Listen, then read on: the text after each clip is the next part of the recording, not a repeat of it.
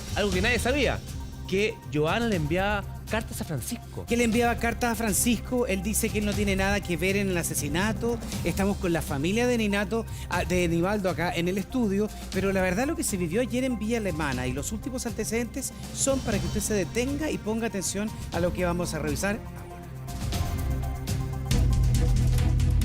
Joana Hernández y Francisco Silva vuelven a primera plana con una noticia impactante. La mujer, la ex de Nivaldo, le habría pedido al paramédico que se inculpara de la muerte del profesor. Quería que lo hiciera por amor.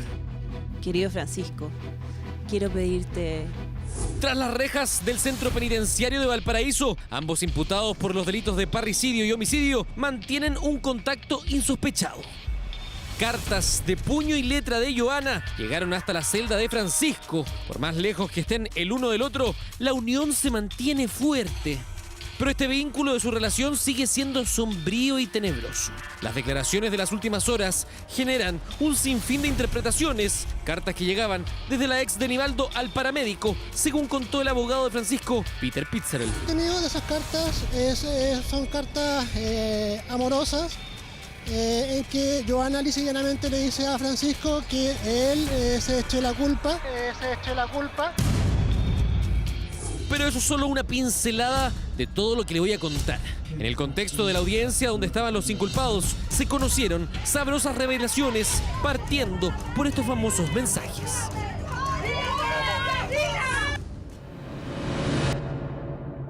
Sin lugar a dudas que debe ser lo más impactante que conocimos en estas últimas horas. Cartas de amor que en pleno rincón de su cárcel escribía la ex de Nivaldo, Joana.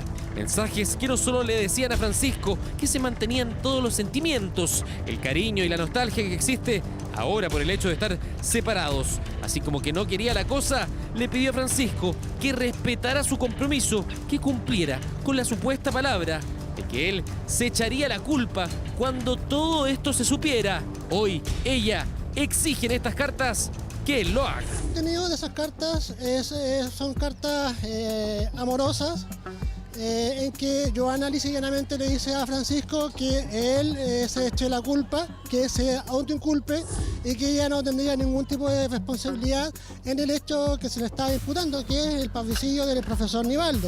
¿De cuántas cartas estamos hablando? Estamos hablando entre 2 y 3 cartas que fueron enviadas por parte de Joana a mi cliente. Está escrito con puño y letra de Joana. Asimismo también hay un cuaderno que Joana tiene en Gendarmería y está escribiendo, escribe y eso tiene por objeto mandárselo a mi cliente, cosa que ya no va a poder suceder. El defensor además fue muy enfático en asegurar que Joana Hernández es la única culpable del homicidio. De hecho, contó que tras recibir las 2 primeras cartas le pidió a su cliente que dejara de recibirlas. El consejo no respondió ningún tipo de carta porque lo único que busca estas cartas es manipular a Francisco y obtener una suerte de ventaja y salir airiosa de todo este asunto. Y en esa misma línea contó que él mismo fue a ver a Joana para pedirle que dejara de escribirle a su cliente. Yo conversé con ella en el sentido de que nada de la causa, sino que en el sentido de que se abstuviera de no enviar cartas a mi cliente. ¿Hizo eso sabiendo que no podía acercarse a él? Sí, sabiendo, pero tengo que ver también por los intereses de mi defendido. Joana no ha recibido visitas en la cárcel, ninguna. Al menos así lo dijo el abogado de la familia de Nivaldo. Ni ella, ni él habrían aparecido en el centro penitenciario femenino de Valparaíso, ni su propia mamá. Tampoco tiene contacto al interior del penal, lo que la ha llevado a una angustiante soledad.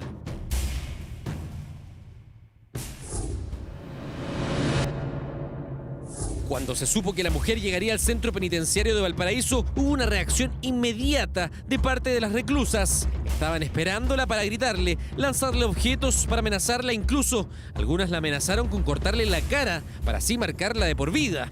El hecho de que la mujer sea acusada de haber matado a su ex hizo que tuvieran que cambiarla de celda. De hecho, solicitaron la modificación para que no llegara al recinto penitenciario de Valparaíso. Pero apenas entró, fue amenazada por las internas.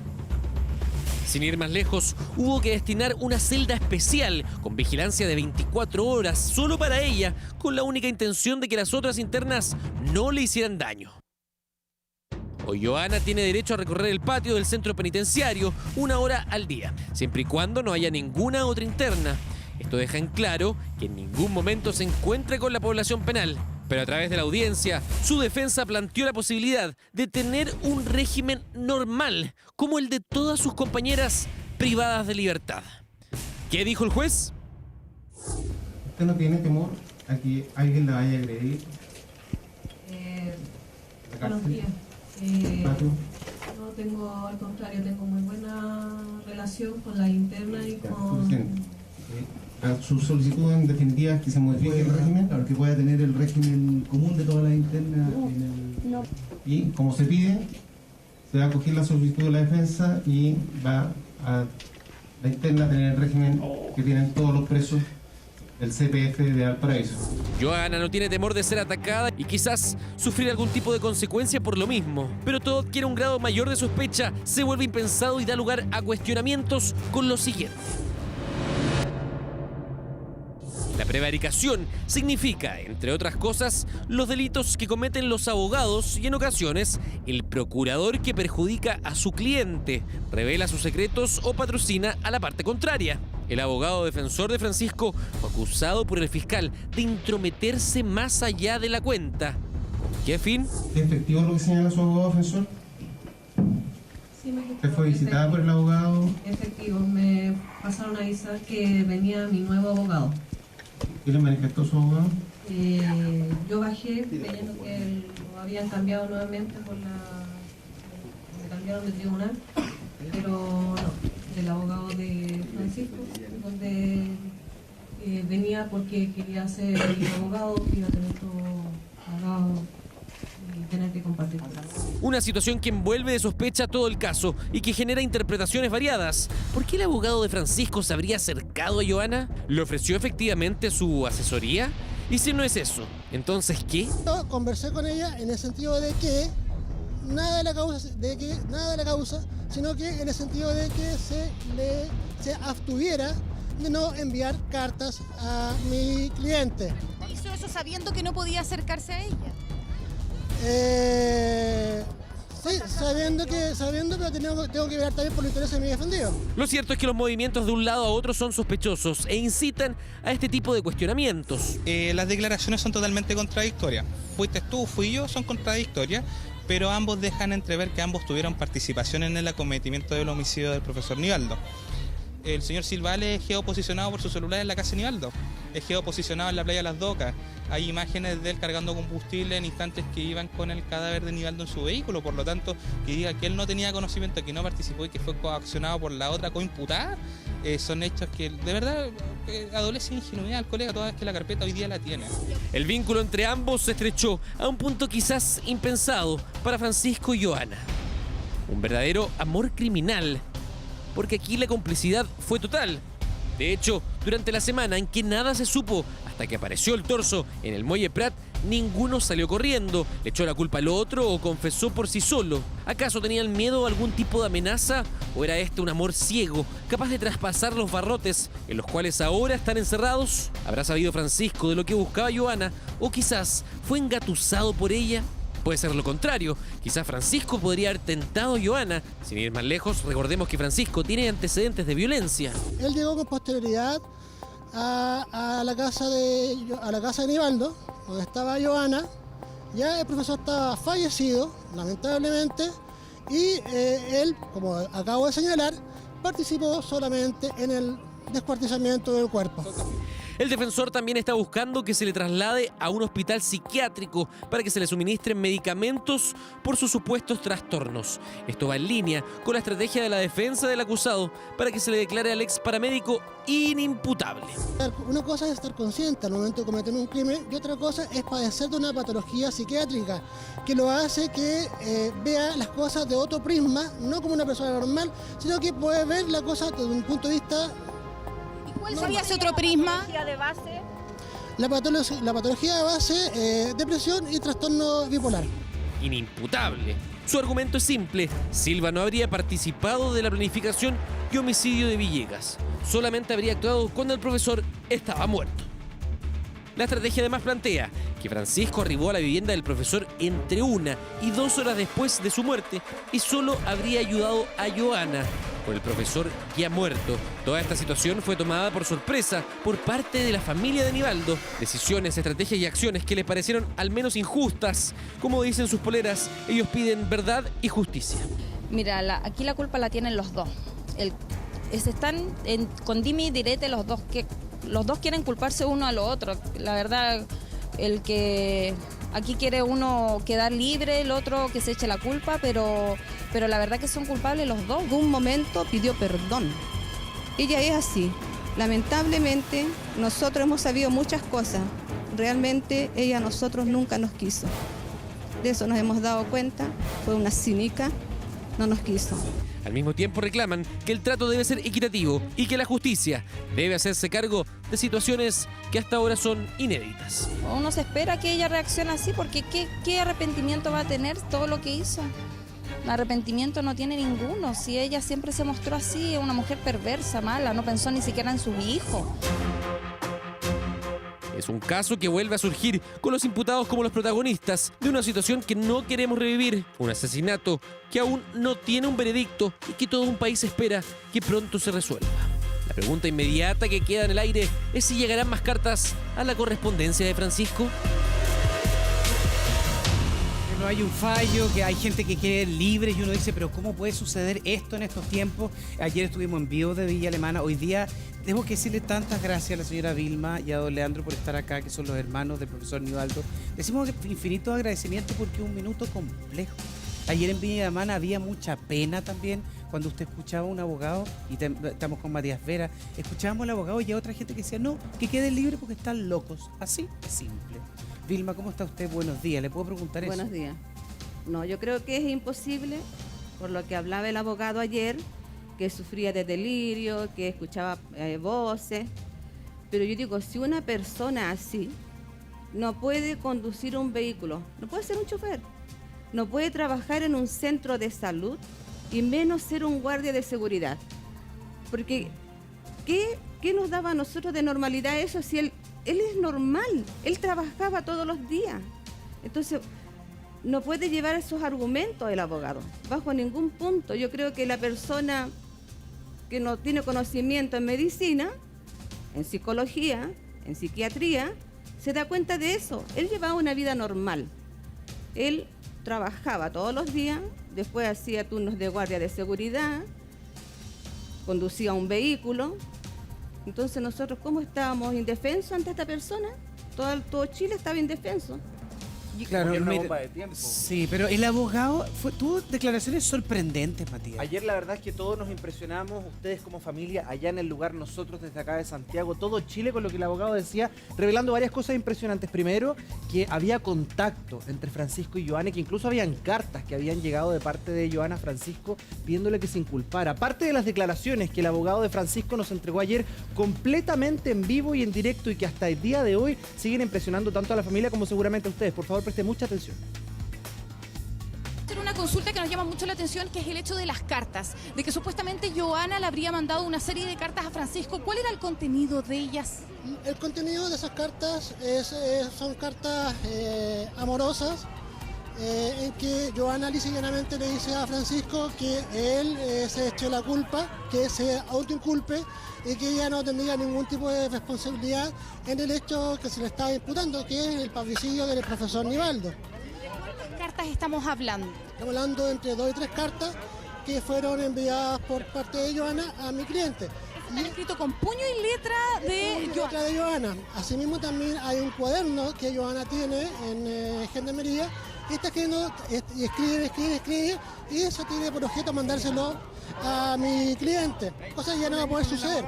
¿Cuál era el contenido explícito que Joana le metía a Francisco? Son cartas que en el fondo tienden a manipular a mi cliente, tienen por objeto dar a conocer que ella es una persona inocente y que directamente que él se eche la culpa como supuestamente él le había prometido a Joana. Abogado, ¿Joana está consciente de eso? ¿Se echa la culpa en algún momento? ¿Ella cree que tuvo menos incidencia en este crimen que habrían cometido? Mire, Joana, de acuerdo a lo que se me apercibió a mí en audiencia, por los dichos del abogado de la misma Joana, yo concurrí a ver a Joana al set de mujeres de la cárcel de Valparaíso, no con el objeto de tomar el patrocinio poder de ella.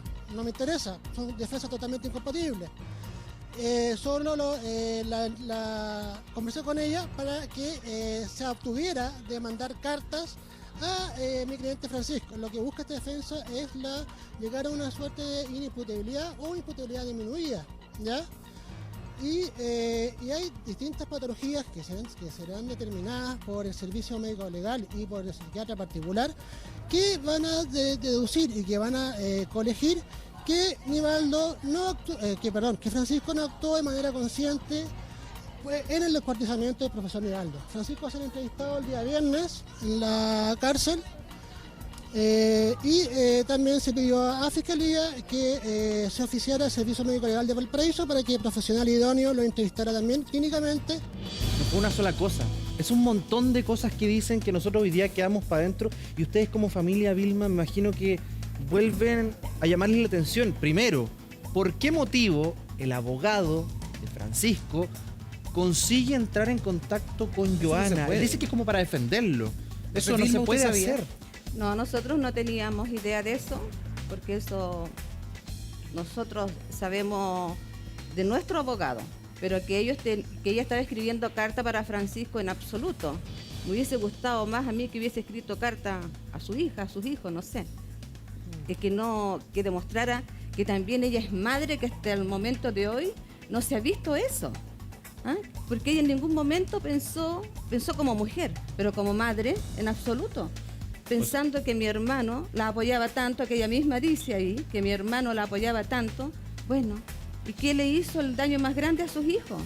Dejó a una persona, a sus 3 niños desprotegidos. Sí, se suma a Carlos Pinto a esta conversación. Antes de ir contigo, Carlos, quiero apuntarle a Leandro que nos cuente sobre lo que se vive ayer en Villa Alemana. La gente empezó a gritar en la audiencia. ¿Era desesperación? ¿Esa es la palabra? Sí, es bastante indignación de la gente. ¿Sí? La gente conocía a mi hermano era una persona buena, tranquila. Entonces, ese dolor que tiene la gente, ustedes que no lo conocían, que por noticias están sabiendo cómo era, también afecta a todos. Sí. Porque no es justo. No es justo. Imaginen, ellos dos, supuestamente están enamorados, mataron a mi hermano para estar juntos. ¿Y ahora qué condiciones están ellos ahora? ¿A dónde está el amor que tenían? ¿Qué sentido tiene haber matado a mi hermano? Es que, ¿sabe lo que pasa, Leandro Vilma? Es tan duro lo que están viviendo ustedes como familia. Entonces lo que pasó ayer da una sensación como de injusticia, más allá de lo que vaya a pasar. Pero que un abogado llegue y se la trate de jugar por una inimputabilidad que por lo menos hasta el momento uno dice puede ser un poquito cuestionable, hay que hacer los estudios, pero debe ser muy complicado para ustedes, o sea, estar viviendo eso en carne propia. Es complicado. Pero nosotros sabemos, bueno, como te digo, yo no sé de medicina, psiquiatría ni nada, claro. Pero al planificar algo, después tratar de hacerse pasar por mi hermano y salir cuántas horas en ir a botar el cuerpo, después, 2 días después, ir a recogerlo y hacer lo que hicieron, no es de una persona demente. La persona demente hace el daño y se va. Acá no, limpiaron todo. Mira, mi hermano Edson estuvo en la casa y no se fijaron de ese detalle. Porque se preocuparon de todo, de todos los detalles. De todo. Claro, pero Carlos, tú has visto tantos casos de esto. La gente dice, bueno, porque a lo mejor puede haber estado loco. Aquí la gente si no está bien de sus cabales, que claramente no lo están. Ellos pueden quedar presos a perpetuidad también. Ellos pueden tener una condena bastante severa. Todo indica que va para allá. La justicia está recién ejerciendo su autoridad en el caso. Yo creo que, como te estoy leyendo, Verdad y Justicia para Nivaldo, yo creo que no les quepa a ustedes como familiares que eso va a estar en el orden que corresponde. Sí, claro. Toda esta cosa se va corroyendo de tal manera que estos planes que ellos tuvieron, que siempre están muy bien organizados, pero que de alguna u otra manera los intereses particulares, las defensas, ¿sí? Pero ahí deja centrarme en el caso de la experiencia que tienes tú, de mujeres que manipulan. ¿Tú habías visto casos similares a Joana? Que le dijeran, incúlpate tú di que tienes la culpa, yo no tengo la culpa. A eso exactamente es lo que vive, en el sentido de que los acuerdos que se hacen en frío, por decirlo de alguna manera, previo a un asesinato en este caso, que eso fue, son de amores, son de promesa de vivir juntos, son bien halagüeños en cuanto al futuro, quedamos arreglados, quedamos con casa en este caso, quedamos con todo e iniciamos una nueva vida, como merecemos seguramente. Ese era el acuerdo entre ambos. Seguro, así tiene que haber sido, eso no hay que ser muy inteligente para darse cuenta que los acuerdos van por ahí. Carlos, pero eso se mantiene hasta hoy, o sea, son cartas del presente, cartas actuales donde ella le pide que se inculpe, o sea, es a ese nivel la manipulación de ella. Pero eso, Cristian, tiene que ver con algo que probablemente a ellos no puedo dar fe de que exactamente fuera el compromiso que adquirieron. Sin embargo, lo que está pasando aquí, que esto se está cayendo solo, se está desgranando solo, porque luego de este acuerdo amoroso, ellos ya no se aman. No. Ellos están en una franca discusión silenciosa, porque aquí nos vamos los dos o nos libramos los dos. Pero ella a lo mejor está haciendo uso de algún momento en que le dijo, si pasa algo, incúlpame a mí. Y lo que está haciendo ella es, incúlpate como lo has prometido. Eso viene a hablar de cómo esto se está esparramando de una manera tan sórdida por un lado, pero también tan propia. Yo creo que la policía sabe mucho de esto. Yo creo que el hecho de que se escriban está casi intencionado. Déjalo que se escriban. Porque hablemos de las cartas, porque Matías, las cartas pasan de la cárcel de mujeres a la cárcel de hombres. Pero en el mismo recinto. En el mismo recinto. Y ahí le dice ella que él se inculpe, por favor. Ella tiene, debido a las características de su reclusión, que es el arresto durante este tiempo, tiene la característica de que está aislada. Entonces tiene mucho tiempo sola. Ella escribe cartas en las que hace dos cosas principalmente. Primero, le declara y reafirma su amor a Francisco. Y segundo, le hace esta petición: Francisco, échate la culpa, asume la responsabilidad. Y con esas cartas es lo que se hace público, es lo que se hace conocido. ¿Cómo llegan las cartas de la celda de ella a la celda de él? ¿Cómo es posible que se realice ese contacto? Pero además hay otro antecedente que es muy relevante y que al menos hasta hoy día había sido desconocido. A través de las redes sociales uno sabe que uno puede descubrir muchas cosas.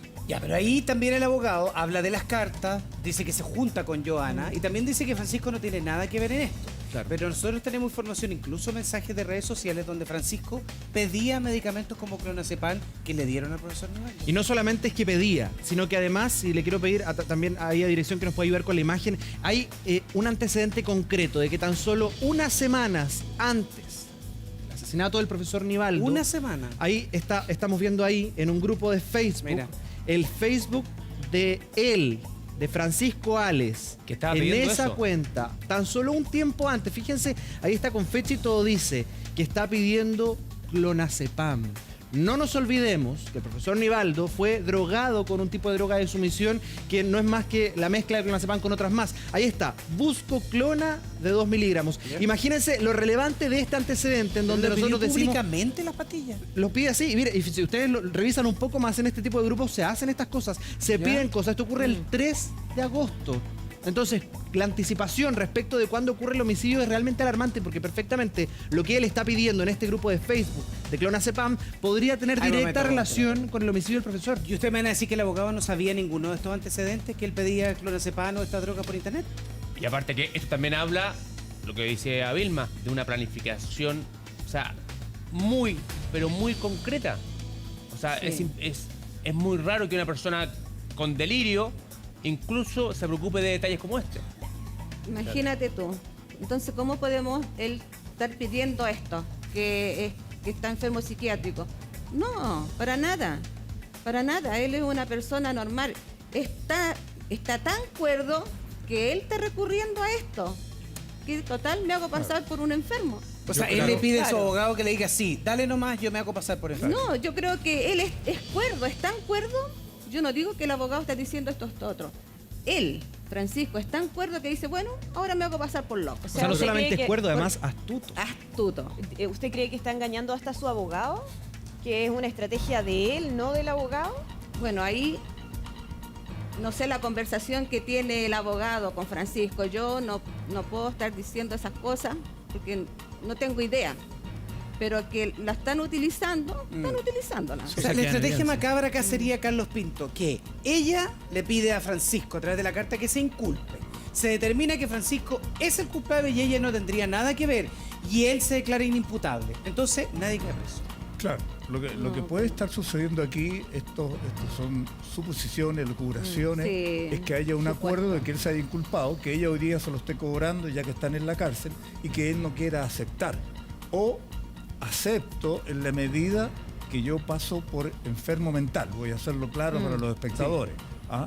Me paso por psicópata, por decirlo de algún modo. Porque en ese caso no es punible su acción criminal. ¿Los psicópatas tampoco? Tampoco. Los psicópatas tampoco. Toda vez que categóricamente nosotros nos atrevemos siempre a mencionar a cualquier individuo como psicópata. Y eso es muy grave porque lo que estamos haciendo es ayudarlo exactamente a lo que este personaje Francisco quisiera.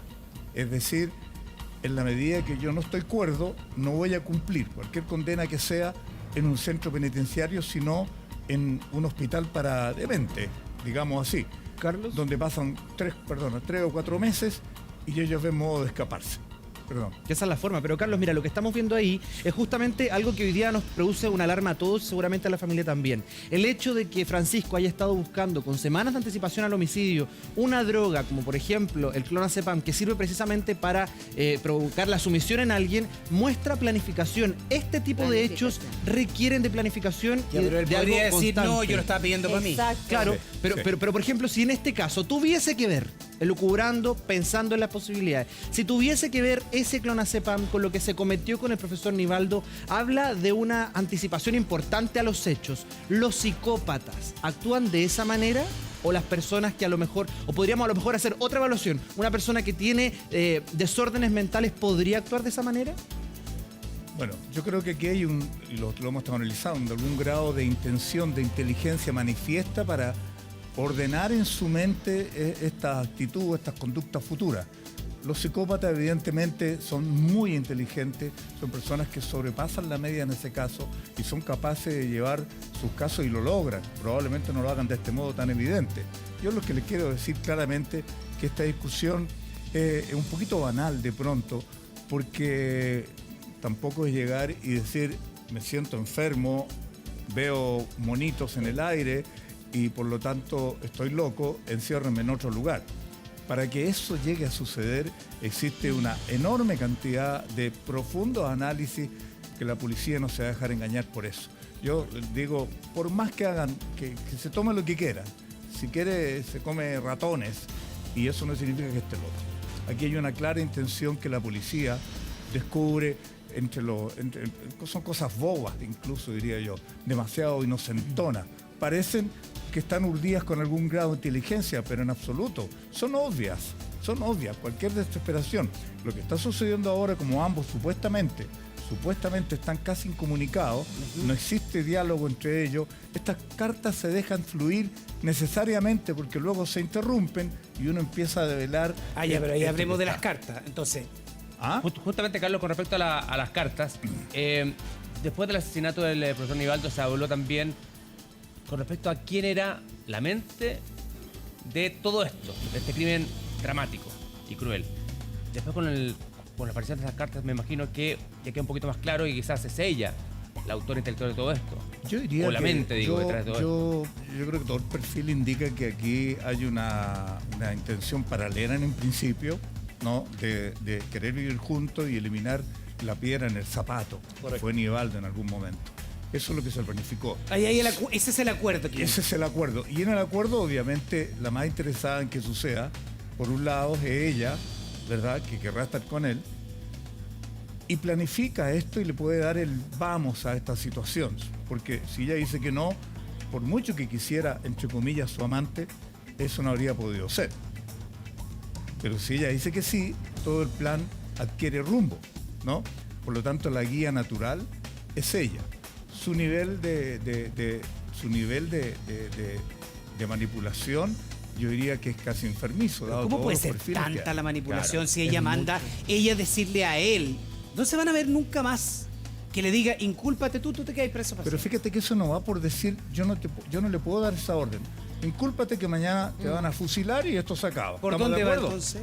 No, pasa simplemente porque ella se imagina que eso puede ser. Sin duda, no se va a inculpar el otro. No lo va a hacer. Sería absurdo. Disculpe, No, lo que pasa no, es no que lo acá- va a hacer. Si fuera así sería muy fácil el asunto. No lo Acá es. se va a generar una batalla entre ellos dos, pero son manipuladores. Ambos. Y esa es la batalla que va a permitir que ambos se vayan deshaciendo en Correcto. sus planes Se van a atacar entre y ellos. y va quedando de manifiesto todo lo que realmente pasó. Porque ellos entraron tomados de la mano a la cárcel. Hoy día no están tomados de la Claro, mano. había una unidad así Una unidad monolítica. Férrea, nos Sí. amamos, nos queremos, tú sabes lo que dijimos. Sí. Tú dices A, yo digo B. Ya ella dice A, pues ¿cómo lo va a inculpar? Si evidentemente, ¿quién va a creer eso? Pero está haciendo una mala acción, una deslealtad increíble con el, entre comillas, amor. ¿Pero eso se llama de manera espontánea o hay un trabajo investigativo detrás que busca precisamente que ellos caigan de esta manera, a lo mejor haciendo posible que estas cartas lleguen? Mira, lo que sucede es que es la razón fundamental del hecho de estar solo en una cárcel. Cuando se dejan solo en una cárcel por algún tiempo, el ser humano ya no sabe lo que está diciendo el otro y el otro no Desconfía. sabe lo que dice este. Entonces, ese es psicológicamente se desnuda al individuo y se deja la orfandad más grande al dejarlo incomunicado. Y aparte con mucho Es- tiempo para pensar, o sea, para para elucubrar pensar, teorías. y el pensamiento Sí. siempre es dislocado, porque yo le digo, Andrea, planifiquemos esto, y ella me dice, me parece bien o mal, pero si ella está encerrada en otro lugar, yo hablo solo, me respondo solo. Claro. Entonces ahí digo, incúlpate tú porque yo de alguna manera voy a arreglarme para que tú salgas. No existe el contradiálogo. Y la razón de la incomunicación es exactamente eso. Esa. Distorsionar la mente del individuo, dejarlo tan solo que ya no sepa. Porque incluso la policía le podría decir, no te preocupes que ya Francisco está libre. Exacto. Ah, O sea, ¿me son comprende? técnicas que Son se utilizan. técnicas que Ya no se enteraron. Ahora, utilizan. Matías, Ayer en la audiencia, perdón, Vilma. ayer en la audiencia, bueno, ellos llegaron juntos en el mismo móvil, pero ella solicitó que la próxima audiencia vinieran en carros separados. Ella lo pidió. Sí. ¿Usted lo escuchó que ella lo Sí. pide? ¿Lo pidió Ella ahí en la pidió. audiencia? No, en la audiencia de ayer, Ahí ella lo Sí. pidió formalmente. formalmente, que cuando los transportaran fueran en carros ¿Y qué separados. ¿Para Aquí hay un qué? detalle ¿Dijo importante. algo para qué o solamente mencionó eso? ¿Ah? ¿Dijo, ¿te fundamentó o solamente Ella se dijo eso? sentía como amenazada. Ya, ojo, miren, cuando todo esto explota y se inicia, tienen absoluta prohibición de estar juntos. Pero Qué sí, pero importante, espera, sí, pero porque Vilma dice un punto muy relevante, Sí. que ella pide que los separen, pero ojo, también toda la familia se impresiona cuando llegan en el mismo carro, Sí. porque en un principio se habló de que no se podía. Ojo. Vilma, Pensábamos que una audiencia era a las 10 de la mañana y la otra a las 11. Claro. Pero fueron las dos juntas. Lo que Vilma dice exactamente es que ella, Joana, en audiencia pide que no vuelvan a ser transportados juntos, Francisco y ella. No importa de qué se trata la audiencia, cuál es el destino. Eso es lo que Joana la dice con sus razón propias es lo que palabras. cambia, po. Pero ojo, porque es súper importante entender esto. No podían estar juntos. Toda la familia ayer se sorprendió cuando ellos llegan en el mismo carro porque todos entendían que no podían acercarse por orden de ese tribunal. Pues bien, llegan juntos. ¿Será que en ese carro policial Joana obtuvo una negativa a su petición Momento. de parte de Francisco? Un momento. Entonces se enojó lo suficiente para decir, ¿sabes qué? No quiero verte más. Vilma, ayer dijo ella que no quería ser transportada nunca más con Francisco porque se sentía amenazada. Insegura, claro. Eso fue. O sea, el transporte ayer en el carro, algo pasa ahí entre medio. Porque antes de eso no había ningún problema. O sea, de hecho, Bueno, sí. no tenemos conocimiento Claro. de eso. No, Pero no. que la amenace Francisco con qué. Bueno, algo pasó o no pasó nada y ella está inventando algo para Claro. sostener su teoría de que Exacto. es él el responsable. Pero es En el incongruente. fondo insiste en inculparlo a él, entonces ahora ella también se pone desde la postura de víctima, De diciendo víctima. que ella tiene ahora miedo por lo que él puede hacer con ella. Pero yo me imagino, Carlos, que dentro de ese carro celular de Gendarmería debe ir un gendarme al menos, Sí. que le prohíba la comunicación entre ellos, ¿no? No, si venían Sí. muchos gendarmes. Sí, Vale. Ah, venían muchos gendarmes Sí. arriba. Viene mucho, Sí. yo no creo que puedan Sí. dialogar. No, Lo no, que no, puede no, pasar no. es lo que tú mencionaste, es que ya en advertencia de que lo está tratando de culpar, le dice ¿cómo se te ocurre? Y basta solo eso para que decir, no quiero ver más, Troya, no te quiero ver más. O una mirada, claro. Pero dígame si no es una incongruencia que ella intente contactarse a través de cartas con él y que después en audiencia pida que no se le acerque. ¿Será que ella nunca se enteró que iba a hacerse de público conocimiento que sus cartas se iban a saber? A lo mejor ella nunca se enteró de eso y jura a ojos cerrados que nadie tiene idea. Claro, la ingenuidad que se actúa en esos momentos es producto de la soledad de la incomunicación. Entonces, porque si alguien le dijera, está libre de culpa Francisco, no. Le cuentan a ella. Ella puede creer. No tiene manera de Pero chequearla. ¿cómo va a fundamentar que la amenazaron con qué? Que Francisco la habría amenazado con qué. No, ella dice que se sintió amenazada. Uno se puede sentir amenazado con una mirada. Claro. O sea, no necesariamente una amenaza explícita de te voy a hacer algo. O con Ella nada, puede sé que lo quiere decir inventar. Claro, que se sintió amenazada porque la miró mal, porque dijo algo. O sea, porque le llegó un rumor. es su percepción respecto a un momento, porque también, como decíamos, si ellos fueron trasladados juntos con varios gendarmes, es muy poco probable que les hayan permitido tener algún tipo de ¿Y no podría ser una diálogo. estrategia frente a lo que decía el abogado defensor de Francisco? Él dice que ella solamente lo habría matado. Perdón, yo sé que es difícil que lo abordemos delante de usted, pero es lo que decía el abogado. Que ella lo habría asesinado en la casa. Entonces, al imputarle eso, ella podría decir, no, a mí me están amenazando de achacarme el asesinato cuando no fui yo. ¿Sí? Probablemente lo que ella no sepa es que ella no está fuera bajo ningún punto de vista de este caso, porque aquí hay un parricidio. Y eso es compensatorio, incluso la pena deberá ser más alta para ella que para él. No se salva con nada, por lo tanto no hay nada que hacer, y ese fuiste tú, igual van a ir empate. Si fuera el otro. Y si no es el otro, que podría ser el autor intelectual, uno de los dos que podría tener es una carga, un agravante, pero lo que tiene ella ya es superior a todo. O sea, en eso creo que, y lo que hablabas tú, de las incongruencias que pueden existir, tú también, pero todo esto es incongruente. Analizar un delito de esta magnitud por la vía de la lógica del ser humano común y corriente, no tiene ninguna. Ninguna. Claro, por lo mismo, ayer me llamó mucho la atención cuando la defensa de Johanna estaba pidiendo, porque Johanna así lo quería, que se terminara con el aislamiento en la cárcel, que quería estar justamente con el resto de la reclusa. Qué peligroso. Eso, ¿por qué? Ya había sido amenazado antes, y de hecho por eso la habían aislado. ¿Por qué querer un régimen común? Claro, pero es que eso, mira, uno puede pedir,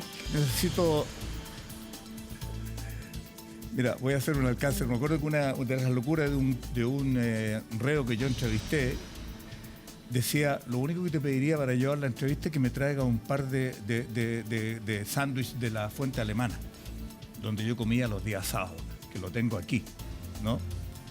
Uno tiene que colegir de esa información las ganas de volver a estar libre y pedir cosas que son imposibles. Entonces ella puede pedir lo que sea, como dices tú, no quiero estar incomunicada, y estaba comunicada por lógica porque no puede estar con el resto de los reos. Puede ser tan peligroso. No es un problema de ella, es un problema de la justicia. Va a estar incomunicada hasta que la justicia determine que ellos tienen mucho que ver en esto y haga finalmente el juicio. Si ella pide eso es justamente porque quizás después de estas semanas necesita el contacto con otras personas. Lo que te decía, conversar, comunicarse. La comunicación tiene dos hechos importantes. Uno, que no se transmita algún tipo de comunicación que le sea útil a la policía, ¿verdad? Que quede solo ahí.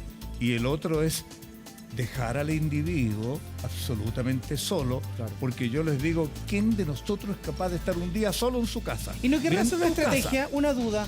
Porque generalmente hablamos como con los compañeros y empieza a generarse un rumor. ¿No querrá ella contarle a todo el mundo de que ella no tiene nada que ver y que el culpable es Francisco? ¿Qué creen y que se ustedes, empieza a Vilma? saber dentro de la cárcel, etcétera, etcétera? ¿Por qué está pidiendo eso ella? Porque dice que ella no se siente amenazada por las demás reclusas, que ella tiene una buena comunicación con ella, que ella no se siente amenazada. ¿Qué ¿Qué vio actitud de ayer? ella? Eso. De ella en la audiencia. ¿Qué actitud vio ayer en la audiencia? Ella es así, ella es confrontacional. Ella en ningún momento se quebró cuando dijo su nombre o pedir disculpas. Nada. O sea, no se mostró arrepentida. No, para en nada. ningún caso. No. Desafiante, podría decir usted, la Sí, actitud de ella, bueno, nosotros no le vimos la cara, Pero no, porque cuando entramos nosotros a la sala ya los tenían sentados y quedan de espalda hacia nosotros. Y en ningún momento hubo algún tipo de contacto visual con ella, que ella se diera vuelta, nada. No, mira para atrás. No se gira tampoco. No se gira, Nunca, nada. ni ante los gritos que hubo en algún momento en la audiencia, nada. Bueno, la que grité fui yo. No, o sea, y es completamente entendible, pero ella nunca se giró. No se giró. Y ella, ¿usted cree que ella no los mira por qué? ¿Es por arrepentimiento, por miedo, por vergüenza? No sé, no, al hacer esto yo creo que no tiene miedo, vergüenza, no tiene nada. Es una mujer... No es capaz de mirar los ojos porque ella nos conoce. Claro. Nos conoce. No puede. Pero hay un cambio de actitud. ¿Se acuerdan ese día fuera de la PDI, cuando ellos son detenidos y trasladados al tribunal? Ellos salen con una actitud cabizbaja, ella llorando. Ya, tú estuviste al lado de ellos en todo Sí. minuto y cambian como en 3 días. Pero por eso, Es que- ¿cambió esa actitud? Es que ella, cuando sale de ahí de la PDI, que yo estaba ahí, Sí. ella no iba como llorando, miró así y después se puso como a llorar, pero yo creo que... Pero era una actitud, claro. Ahí está la imagen. Claro. Mira, Pero- cuando sale si no va llorando y después hace eso. ¿Ves? Mira. Mira. No, es un llanto particular. Como que Es no transmite. fingido, Pero parece una actuación, digamos. Una pregunta que le hago yo. ¿Cómo ella es con su hijo, con su hija? El más allegado... ¿Cómo era, no? Sí, pero en todo momento nosotros veíamos más a mi hermano, porque él la atendía a la niña, al colegio, que las tareas, inclusive con los niños de ella. Porque como ella después entró a estudiar, primero estudió cajero bancario y después auxiliar paramédico, entonces él se quedaba con los niños porque ella estudiara o cuando también trabajó como cajero bancario. Él era el dedicado a los niños para el colegio, las tareas, todas esas cosas. Ya, ¿Pero era una cuando lo madre veían castigadora? juntos, ¿Era una madre castigadora? Disculpa. Bueno, cuando nosotros las vimos, no. En la casa de mis padres no se vio castigadora. Porque a los niños siempre andaban, usted sabe hoy en día cómo andan los niños, con el celular o con una tablet, qué sé yo. Entonces los niños ahí se llevaban en un rincón. O sea, cuando los veían juntos ella era normal. Ella era normal, sí. ¿No pero, era estricta, por ejemplo? A lo mejor no castigadora, pero sí estricta. es que ella tenía como 2 facetas. En la casa de nosotros, como bien, pero en su casa parece que no era tan... Pero era despreocupada, era descariñada. ¿Qué sabe usted? Es que por eso te digo yo, en la casa de nosotros no se veía como cariñosa con los niños, no te podría decir, porque los niños siempre se iban a jugar o al dormitorio arriba, no veíamos esa conexión. ¿Y cuando se unió Aníbaldo, fue una sensación evidente de amor, de enamoramiento, de afecto? Mira, cuando mi mamá la aceptaba en la casa, pero ella siempre le decía, porque mi mamá le decía mami chica o Pascualita, y le decía a Pascualita, ¿por qué no me regala Aníbaldo? Mi mamá, hasta último momento, le dijo no. Nunca quiso. No. ¿Por qué? ¿Qué conversaba usted con su mamá? Mi mamá nunca nos dijo a nosotros nada, pero ella como madre, no sé si presintió, pero hasta último momento le dijo no te lo doy. Nunca confió en ella. Que extraña la pregunta. Sí, pero buena la impresión de la mamá sin haberlo conversado era... Pero nunca mi mamá tuvo un maltrato con ella, una palabra fea, nada. Solo que no confiaba. No, le Claro, dijo que pero no se lo... No yo se lo creo que cuando hay amor verdadero, con todo el respeto que merecen los padres, ¿no? Es la menor preocupación, porque el considerar que me regalen a una mujer ya la considero objeto. Claro. ¿No? Claro. Quiero que me regale a esta persona. Claro, eso Nadie le la está decía- vendiendo. Si están enamorados, mamá, sorry, Sí. no pertenezco a eso. Estaba averiguando, creo que hay un comportamiento, regáleme a su hijo Claro. ese objeto que lo Esa necesito, posesión. Claro, esa es una posesión, sí, ¿no? sí. Y Era entrar muy en ese celosa. juego es bien psicopático. Sí, Yo no muy soy celosa. psiquiatra ni nada parecido, pero yo creo que hay una acción muy psicopática al entender que un sujeto pasa a ser objeto. Objeto. Sobre todo en el amor, donde cuando se enamoran dos personas, lo que menos puede importar si no hay una buena relación son los padres. Qué increíble es eso, pero así es. ¿Y en qué Así se es. notaba que era tan celosa, Vilma? Porque no podía él tener amistad de amiga o compañera de trabajo. Porque ligerito ella le escribía en su Facebook que que era de él, pero con otras palabras más bajas. ¿Ah? Yo no, Garabato. Más vulgares. No, más vulgares, no garabato, sino que o te lo escribo con dibujitos, cosas así. O sea, que él era de ella, que le pertenecía. Si te fijas, ese perfil que está dando ella tiene bastante lógica con lo que está haciendo hoy día, porque hoy día tiene otro regalo, que es Francisco, es otro objeto, tal para que yo te pida que te inculpes. Manipulado. Es manipulación, o sea, te considera un objeto a la otra persona. Eso es lo que te dicen, tú vas a hacer esto. Ahora, que el otro lo haga, yo no creo, pero esa petición Ya implica, quiero que hagas esto, ¿no? Carlos, ¿y te había pasado que una mujer, en algún caso que tú conozcas, a través de cartas y desde la cárcel haya tratado de manipular un resultado judicial? Porque finalmente eso es lo que Joana está haciendo, está manipulando. ¿Habías visto otro caso así? Es que yo creo que eso no es tan exquisito dentro del comportamiento, más bien es bien rutinario. Siempre existe la posibilidad de querer hacer todo lo posible para que las cosas cambien a favor de quien lo pretende, ¿no? Eso tanto los hombres como las mujeres en la medida. Pero esas cosas nunca germinan, es imposible. Uno piensa que los planes nunca se mantienen, cambian en algún rumbo. Yo me acuerdo haber presentado un caso de una mujer que tenía igual capacidad de manipulación, la madrastra de Molina. Ella, la madrastra de Angelito, ella lo que hizo desde mucho tiempo antes, incluso de tribunales, es tal nivel de manipulación y miedo en su pareja, que era el padre del niño, que lo hizo cambiar las versiones, lo hizo cambiarse de ciudad, lo hizo cambiarse de trabajo y finalmente lo llevó a que callara en el crimen de su propio hijo. ¿Y eso qué es, Carlos? Bueno, te reitero que eso es bien reiterativo en las conductas de las personas. El pretender, yo diría que es el entender que uno entra a un callejón sin salida, da como manotazos de abogado, dice uno, ¿no? Voy a hacer lo que sea necesario, denunciar al que se presente por delante con tal de yo no salir tan herido. Eso es lo que sucede cuando se empieza a tomar conciencia de lo que a ella les viene, en este caso lo que a ella y a él le viene. Porque al principio dice aquí, voy a demostrar mi inocencia porque el culpable no soy yo, es ella.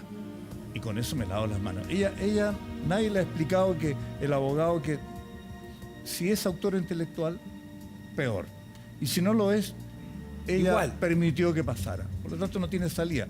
Él quizás, si fuera a haber amenazado un video con un arma de fuego, claro, para que hiciera lo que hizo, lo podría salvar. Y eso no existe. Sí, pues si hablamos del abogado, la defensa de los abogados puede... A ver, nosotros hemos visto de todo.